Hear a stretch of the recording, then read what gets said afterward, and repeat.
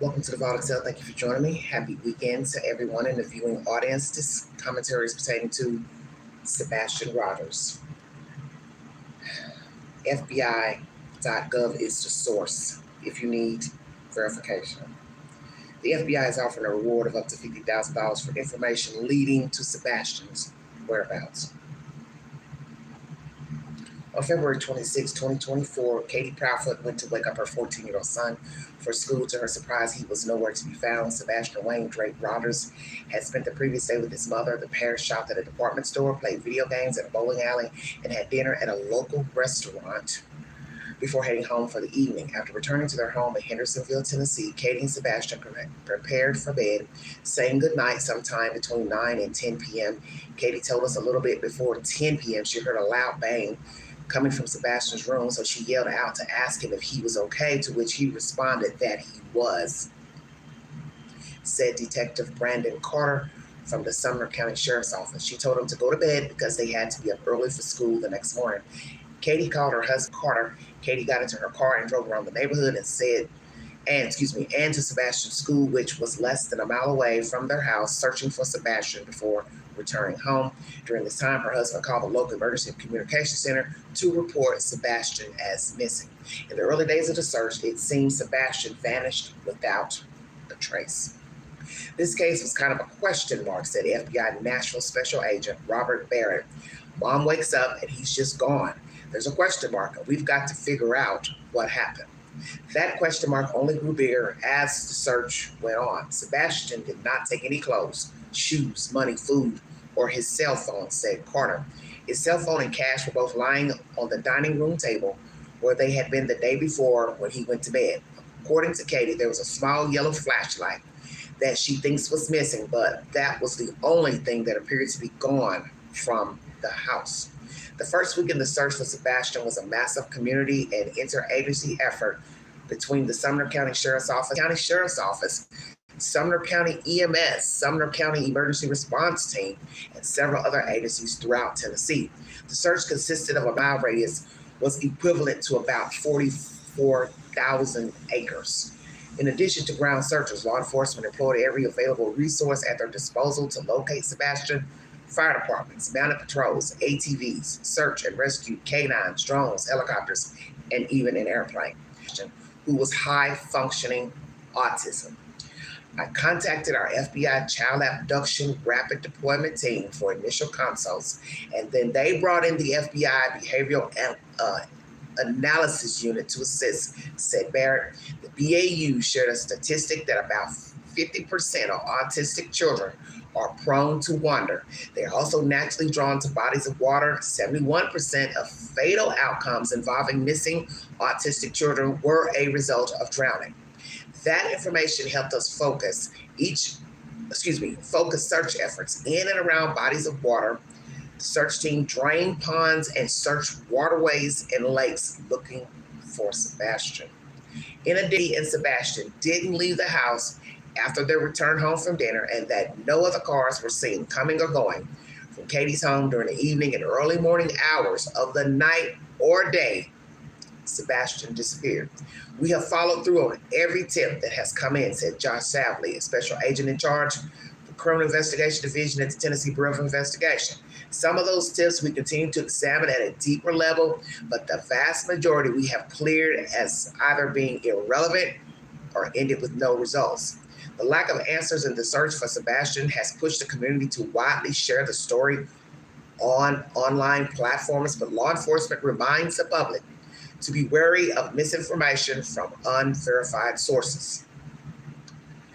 Sebastian's disappearance has deeply affected our community, said Carter. We understand the desire for the community to want answers and for us to explain every step of this investigation, but we can't release all the case details without risking the integrity of the investigation. We ask the community to refocus on what matters most, and that's finding Sebastian. Staying united and supportive will bring us closer to the answers that we're looking for. Promptly sharing tips and information with the Sumner County Sheriff's Office, the Tennessee Bureau of Investigation, or the FBI is the best way to help find Sebastian. If you have any information concerning the whereabouts of Sebastian Rogers, please contact the Sumner County Sheriff's Office at 615-451-3838 or TBI, 1-800-TBI-FINE, or tips to TBI, capital letters, at lowercase, TBI American Embassy or Consulate, or you can submit a tip online at lowercase tips.fbi.gov. Continue to share Sebastian's official missing persons flyer and don't wait, said Sheriff Eric Craddock. If you see anything, say something immediately. If you call right then, we can get someone on the hot trail. Sebastian was 5'5" tall and around 110 to 115 pounds when he was last seen. He has brown hair and eyes that look hazel or brown. He would now be 16 years old. Sebastian has medical conditions, including autism, that may impair his ability to return safely without assistance. The FBI is offering a reward of up to $50,000 for information leading to Sebastian's whereabouts, in hopes of bringing Sebastian home. Case rumors versus reality. So here's where they have, I guess, surveillance of these cars, different things near the home, because everybody was, some people banking on this flashlight theory. Bring that up as well. It's also in the article if you need verification for this information. FBI.gov is the source. Case rumors versus reality. 2 rumors in the search for Sebastian have been disproven. The flashlight theory. A house down the street from Sebastian's had security video footage from the night of his disappearance. The camera, angled in a direction that happened to be facing Sebastian's backyard, captured 2 small moving lights. At first glance, the lights appeared to be right in Sebastian's yard, suggesting someone was lurking with 2 flashlights in hand, a potential suspect given Sebastian's disappearance that same night. However, when law enforcement further investigated the video, they disproved this theory. Now, the date on this is 2/23/24, okay? On this said still photo from a security camera that shows these alleged light sources, and that's where you see the red dot, the red circle around the small dot.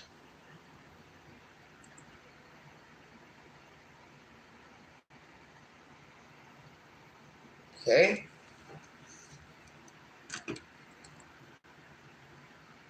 The dark sky and camera angle combined had distorted the security footage.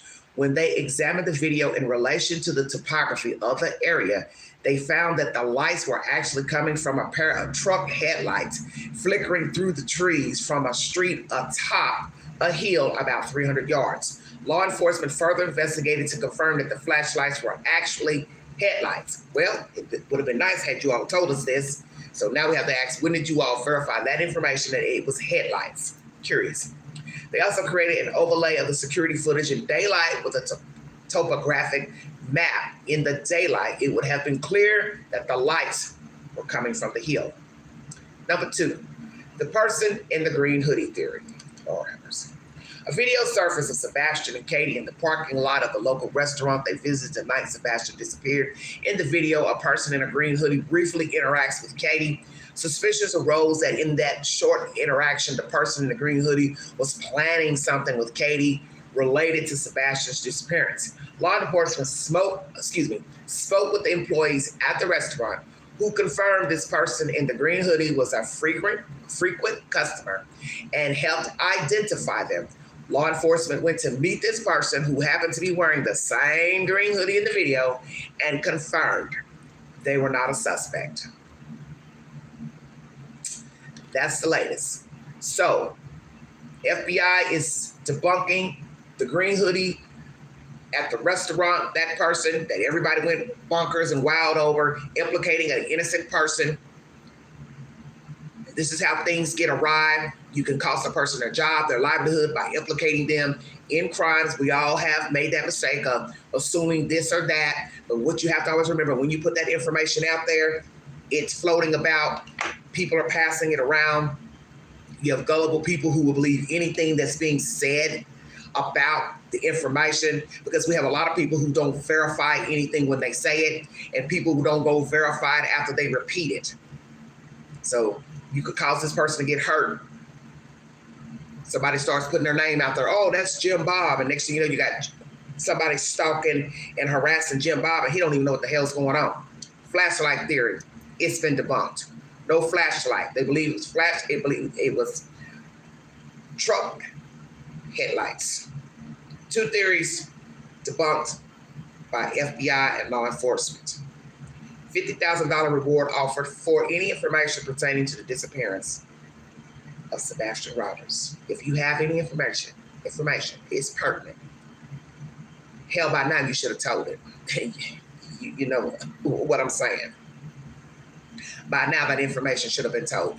But that's neither here nor there. Once again, if you need verification for this article I read to you, FBI.gov, all lowercase. Do you know where this child can be located?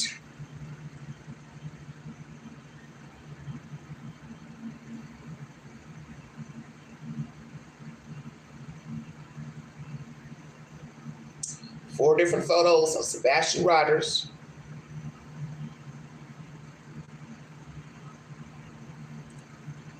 Do you have pertinent information pertaining to his whereabouts?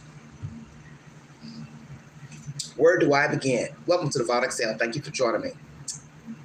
Hello, Just Surviving. Good to see you as well. Why are you all just now telling us a year and a half later, that dash cam from her truck revealed nothing? SUV. No cars were seen leaving the house the night they returned from dinner. So her car didn't move. No cars came in. No cars sat outside. Cameras from neighboring homes revealed, I guess, no one lurking about, no one sitting still, no one going in the driveway, no cars coming out of her driveway, her own car. So what are the options left pertaining to his disappearance? Because if you showing us footage from her own car that it didn't move once they returned from the restaurant, that means she didn't go out and take the child out, either living or deceased, number one. Nobody's coming in, no one's lurking about, breaking in windows, doors. We never heard that anything was broken into, Jimmy, so that debunks the predator. We don't even see that the child left out, because in order for me to have a camera, see a camera to show no cars leaving the house, coming into the house, sitting outside of the house, that also leaves open the door that the child didn't come out and the mother didn't come out. So then where the hell is he? Because if there are cameras facing their backyard, then that means that camera would also show somebody going in or somebody going out. So he didn't go out. So this leads me to believe he never made it back to the house. Thank you, FBI, for that information. So Katie, would you like to enlighten us? Yeah, we're gonna go there. Do you have a camera on your house now? Did you have a camera on your house then? Why not? You have an autistic kid. You heard the stats about 71% of autistic children have fatal accidents pertaining to drowning. They like to wander. This is not for every child, so don't get jiggy. But these are their stats. You want to argue the stats? Call the FBI. Don't have nothing to do with it. What happened? Because when you open Pandora's box, which you all have done that now, 1.5 years later, that nobody's coming and going out of the PROUDFOOT home. No cars are coming and going. No cars are pilfering about, slow rolling through the neighborhood. Nobody's sitting outside of the house. Nobody's jumping a fence, coming out or over the fence to go in. No breaking and entering. What do you have left? Hello, everybody. Hello, Rod. Hello, Janine. Good morning, sweetheart. Welcome to the Vault Excel, everybody. Hit that like button. Your options are limited. And I thank God for this information, because now you can't even say he wandered off, because if he wandered off, you would have that on surveillance, him wandering out and around. somewhere. They drained lakes, ponds near the house. I gave you information. Total square footage of searching equals to about 44,000 acres of land. Searched by man, woman, drone, airplane, mounted police, so on and so forth.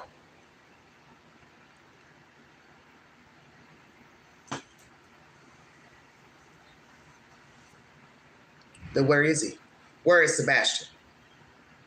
Is the child alive?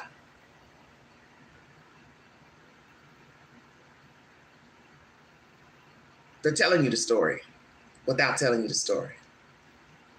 As the agent said, a big question mark. Where is he?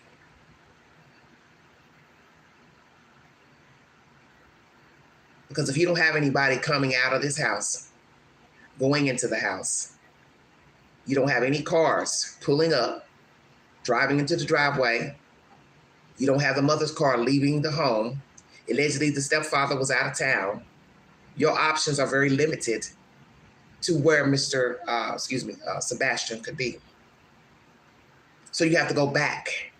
And what did I always tell you about true crime? You want to get to the bottom of the story and the truth, you start at the beginning of the story. And the beginning is his itinerary with his mother that day.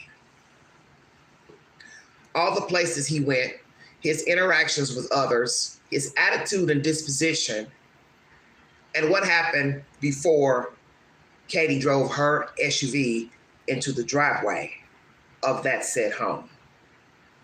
Because once you pull into a garage, nobody can say what the hell was in the car, truck, who got out.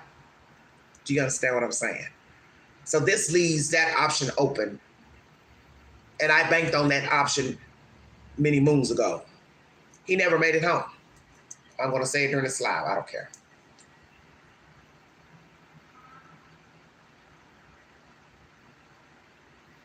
And Katie, you and your friend, husband, whomever the hell he is, you all know that. You knew not to do anything suspicious that night from the house because people do have ring cameras on the backyard, side of their house, so on and so forth. And it would look suspicious, your truck, car, moving about in the night, in the morning. You knew that. That's why he got gone beforehand. And I can't see at this point, a year and a half, that the child will be alive. Because as I always tell people, when you try to put life on the human, then where would they be and who would they be with and why would they be with that person? And why would that person have him? Not to say people don't get kidnapped, but use deduction. And I'm going by FBI stats, not Queen stats. Many children go missing because of parental intervention. Guardian intervention.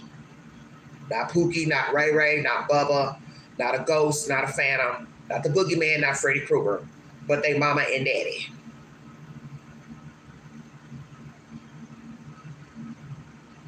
The father has tried to keep hope for his son, as he should, because he's father.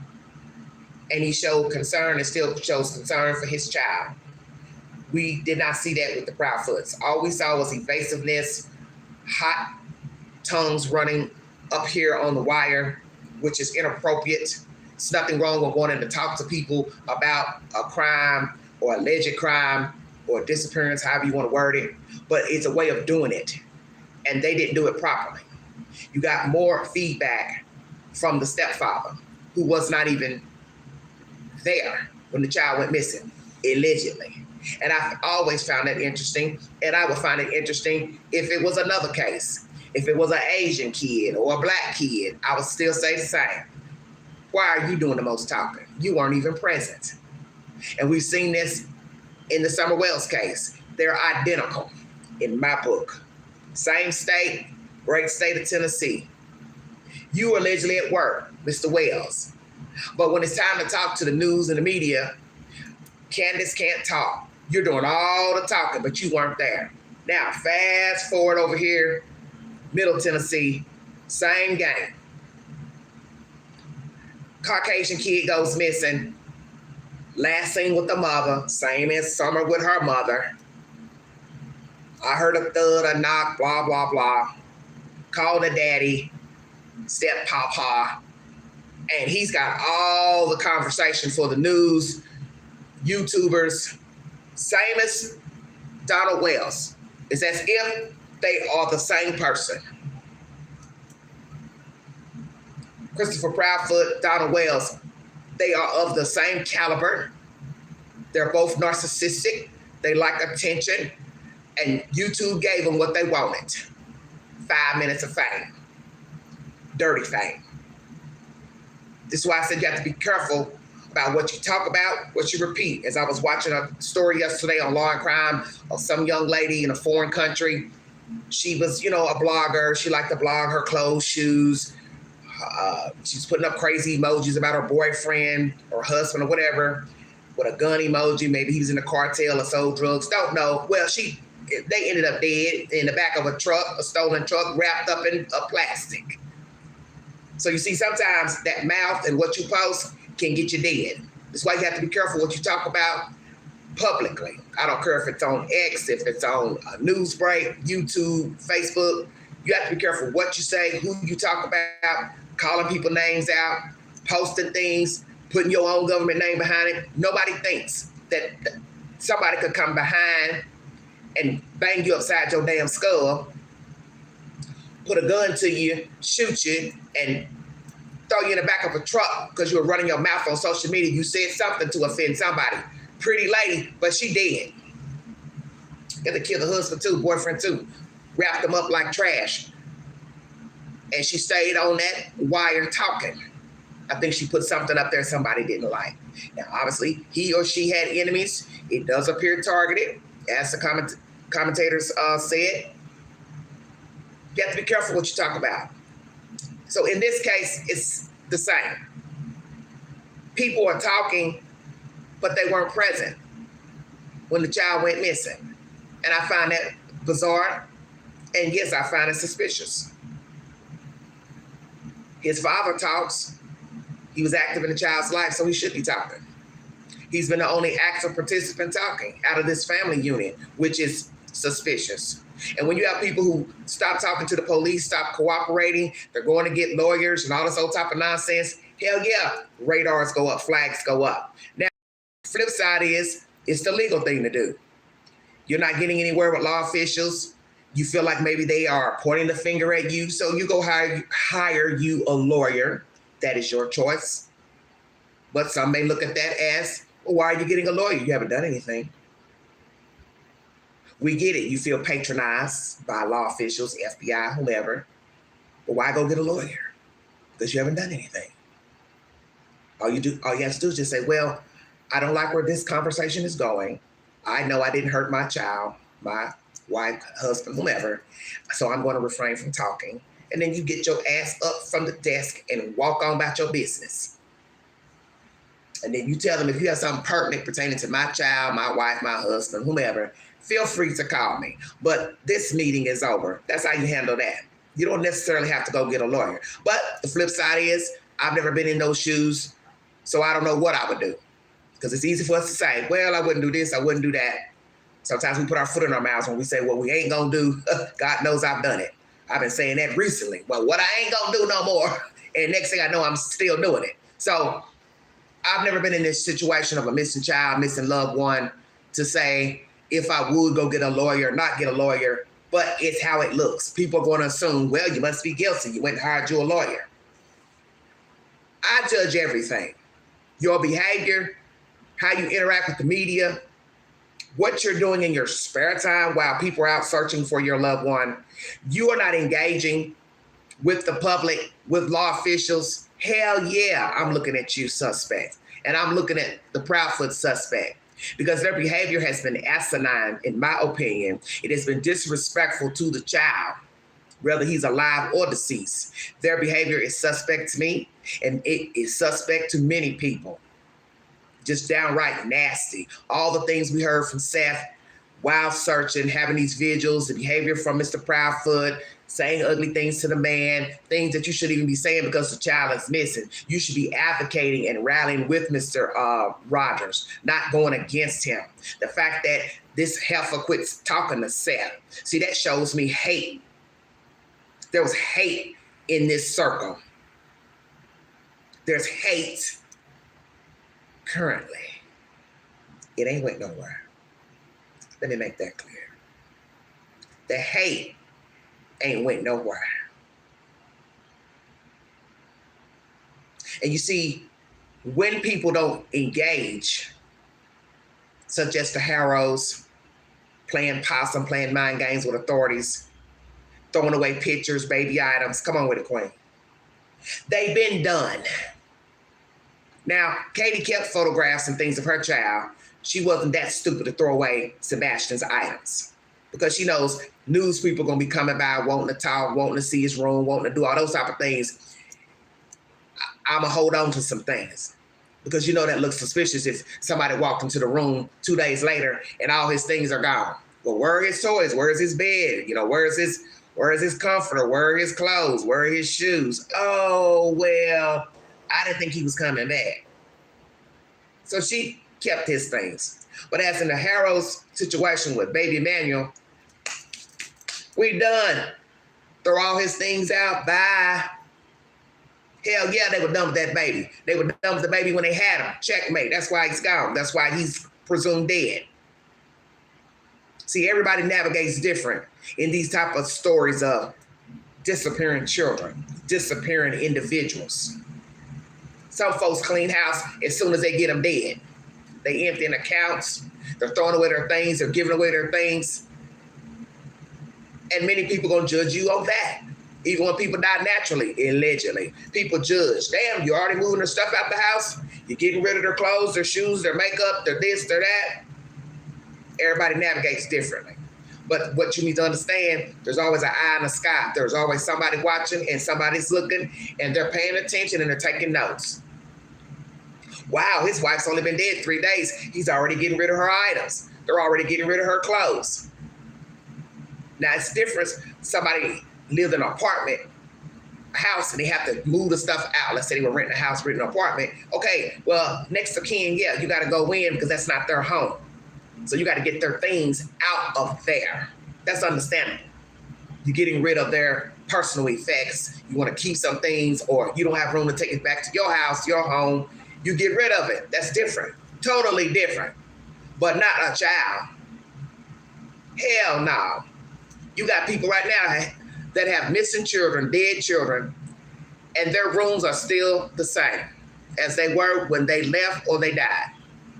The people cannot bring themselves to part with their items. Hello, Chaz, how you doing? They cannot part with their items.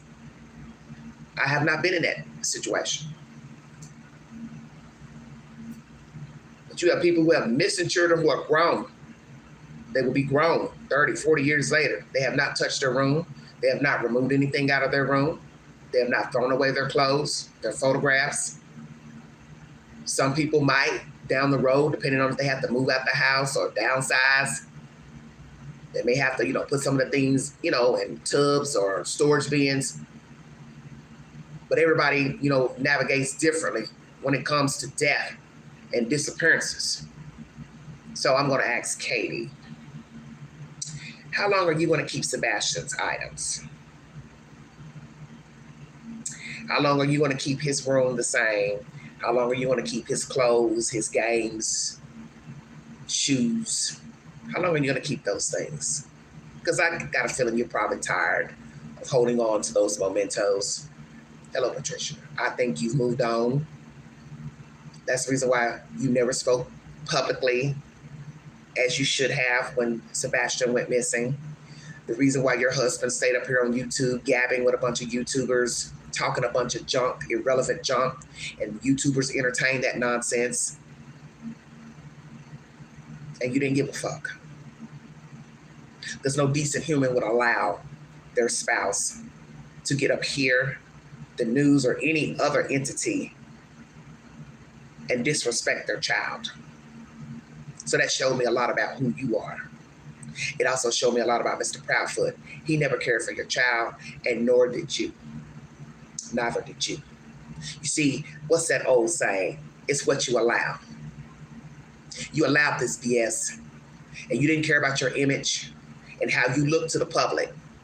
And then when your husband's past came out about the last relationship with the baby's mother and all that he said, she said, and allegations of abuse, all type of nonsense, you didn't care about that either. How it looked, how it sounded. And yes, people are going to gossip. People are going to assume. So I'm going to look at him as Jake Harrow. He likes battering children too. Checkmate. You see, the proof is in the pudding. Jake Harrow like beating up kids. One's got a trach in her throat, can't see, can't walk, can't talk. Now we got a whole kid missing, presumed dead, from his own bloodline. Now, Tennessee, he ain't Sebastian's daddy, but he's got previous run-ins with putting his hands on other folks' children. Anybody listening? Because I'm woke. And then fast forward, new relationship, new marriage, Katie Proudfoot, allegations of abuse, neglect, whatever, and now her child missing. I'll let that sit right there. You see, there's always a pattern. And what we've learned about crime is what you can prove. There are many people walking around who have committed abuse, neglect of children, elderly, sexual assault, but they were not caught. Possibly investigated, but no charges. Went to court. Charges thrown out, found not guilty. See where I'm going? Or better yet, get 6 months in jail and probation, such as with Jake Harrow. So you never know how it's going to unfold. But there are a lot of people walking around who ain't got no business free because they are abusers, they are murderers. And they're out here right beside you. They're your neighbor. They're working with you. They're working at the grocery store. They're working at the Big Five. They're working wherever. And you don't know anything about them. You don't know what the hell they got going on. And every day, when you look at the YouTube queue, the news, you see all these wicked stories, such as the story I'm discussing here, Baby Emmanuel, so many others. These people out here beside you, and maybe even you listening to this live stream, you are 1 second from becoming a news story, a Dateline documentary, an Oxygen documentary, a Netflix movie. Shut your mouth. Because if you get yourself wrapped up with the wrong people, as I said in the live yesterday, you hanging with the wrong people, you sitting beside the wrong people, you got the wrong people sleeping in your house, you having sex with the wrong people, you're married to the wrong people, you're getting in the wrong cars, you got folk getting in your car, you could end up a YouTube video. And I have to check myself. We all have to check ourselves. Do I know this person I'm talking to? Do I know this person who I've allowed in my house? Do I even like this person who I've allowed in my house? We all do foolish things.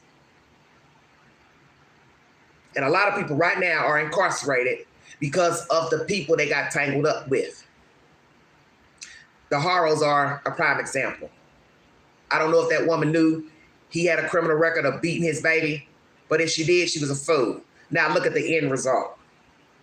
She got a whole kid gone. DA believes the child had been battered. Now he missing and presumed dead, and she and her husband are locked up on a $1 million bail. Checkmate.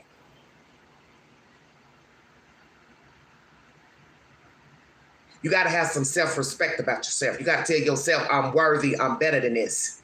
I am hanging in wrong company, bad company. I need to remove myself. I don't want to get locked up. I don't want to be incarcerated. I don't want to be interrogated by the damn police because I'm hanging with this joker here. The Harrow, he ain't nothing but a drug addict, a basehead. And I won't doubt she might be getting high too before she got arrested. See, you don't know people. As for the Proudfoots, I don't know what the hell they were doing before Sebastian went missing, but I know they weren't doing their damn job. I think the mother was lonely. When she got hooked up with Chris, she picked a fucker to get tangled up with. He went from woman to woman to woman. Relationships never working out. They evenly yoked. Universe brought them together. And poof, poof, poof. Child gets older, now he gone. But you can best believe there were signs that Sebastian didn't need to be with them. And for whatever reason, the child didn't get removed out of the house by Seth or whomever of the state. It's too late. You can't go back. And that's what people need to understand. You got to work with the story at hand. Don't let it slide. Because now we have a whole child missing. Well, let me show you what I can do about the conspiracies.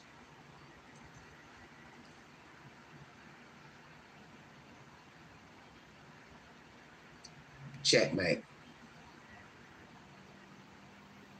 Where's Sebastian Rogers? FBI is offering a $50,000 reward for any information pertaining to the disappearance of this boy child. He would be 16 years of age if he is alive. No CCTV footage of the child coming out of the house, mother coming out of the house, mother getting into the car, leaving that night or the morning of. No cars coming in or out of the driveway or in the vicinity of the said house. No breaking and entering of the house.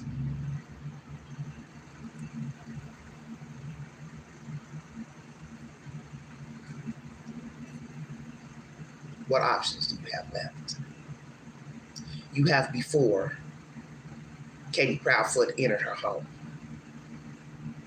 Those are your options.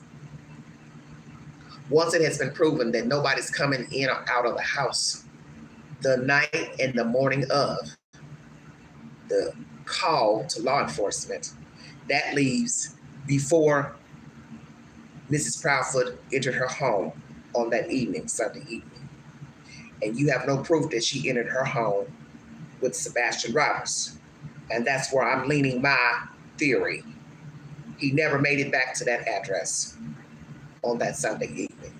Katie Proudfoot, you walked into your home without your son.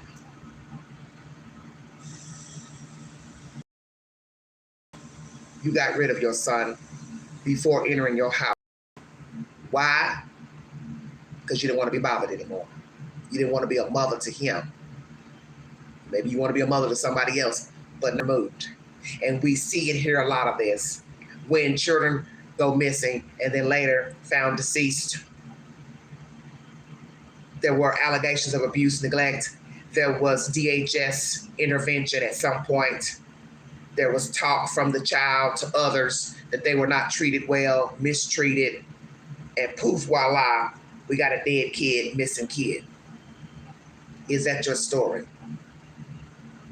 Perhaps this child did not know how to tell people he did not like being in your home. He didn't feel safe in your home. He wasn't treated well by you and Mr. Proudfoot. And the one thing I always tell people when everyone wants to put the blame on the male for being the abuser, the murderer, whatsoever, you got to put the blame on the female as well, because this person is allowing someone to mistreat their child. So it doesn't matter if it's her husband, her boyfriend, her lover, her gay lover, they're the parent of the child or not. You are allowing someone to mistreat your damn kid. You are just as liable, just like baby Emmanuel. That heifer, Rebecca, she's liable because that's her child. She gave birth to that child. So she watched somebody shake her baby, hit her baby, break her arm, leg. She is just as guilty as if she had done her damn self. Checkmate. So I say the same for Miss Katie. You allowed somebody to mistreat your child, Mr. Proudfoot. You sat idly by knowing your child was not happy. Knew he couldn't communicate to say he's not happy because you didn't give a damn. All you cared about was a walking penis. Yeah, I'm saying it because somebody needs to say it to you. And I'm going to be the one to tell you. What goes around comes around, Cookie. And you might be sleeping well. You might be dialing up. But justice is on its way. It may not be today. It might be 5 years from now. It might be 10 years from now. But God don't like ugly. And you and your husband have been ugly pertaining to the disappearance of your son, Sebastian. You have shown no concern for him, and you are out of pocket, lady. You and your husband. And I didn't feed into all the he said, she said rumors of relatives being involved and who traveled over here and traveled over there. I stick to the facts. The facts are you show no emotion toward your son, and you've allowed a mouthpiece to talk and speak ill of your son on an open network. And that tells me everything about you. You didn't give a fuck about your boy. And he didn't give a fuck about your boy. Because everything's about what you do in the now. In the now. And in the now, you all show no concern, no love for Sebastian Rogers. And that's all I need to know. Like, share, subscribe, drop your comments below this video. Follow me on the Newsbreak app. Check out my extensive library of 5,000 videos. Check out my shorts. Hit that like button and subscribe for Seth Rogers. Prayers for the truth to where Sebastian Rogers can be found, alive or deceased. This information is coming from the FBI. No car seen leaving, coming, or going from Katie Proudfoot's home. CCTV footage. No footage of the child coming or going out of the house, the mother, or anybody else. So that gives you the information you need to know a year and a half later. I say foul play all day. And I'm praying that the truth will be revealed. And if the truth can't be revealed, that the perpetrators, which I do believe are the parents, Mr. and Mrs. Proudfoot, I do believe you hurt that boy, that justice is swift. Clink, clink hits them wrists. One of you gonna turn on the other one, lie on the other one, because it happens all the time. Usually jail is what puts a person in their proper place to where they realize, okay, I'm not coming out of here. I guess I better tell the truth or some form of the truth. You two might, you may not, but I don't think you'll ever do that until one of you is incarcerated. And that's my commentary. Thank you all so much. Check out my movie suggestions for this weekend. I got some good movie suggestions. Check out my community page for updates as well. Take the polls on my community page. I will put up a poll pertaining to Sebastian Rogers with this information about no cars seen leaving, coming from the house. And you weigh in and you give me your opinion pertaining to this latest information, the $50,000 reward. I want to thank the FBI for this hefty reward. God is good. Thank you very much. I pray that somebody will say something. And before I check out of here, something that I see all the time, and I've told you all about this on the network, don't ever think that the other people who are not holding a secret to mischief and mayhem, because they're not. And for all we know, they knew he was going to go kill those people. Five African-American people aided a white man in killing 4 white people. So you think about that. You also think about that pertaining to this child here. How many people know the truth about Sebastian Rogers? How many people know the truth about baby Emmanuel Haro? How many know the truth about Summer Wells? Checkmate. Thank you for your time. You're welcome, Janine. You have been listening to the Vault Excel. Talk to you guys later.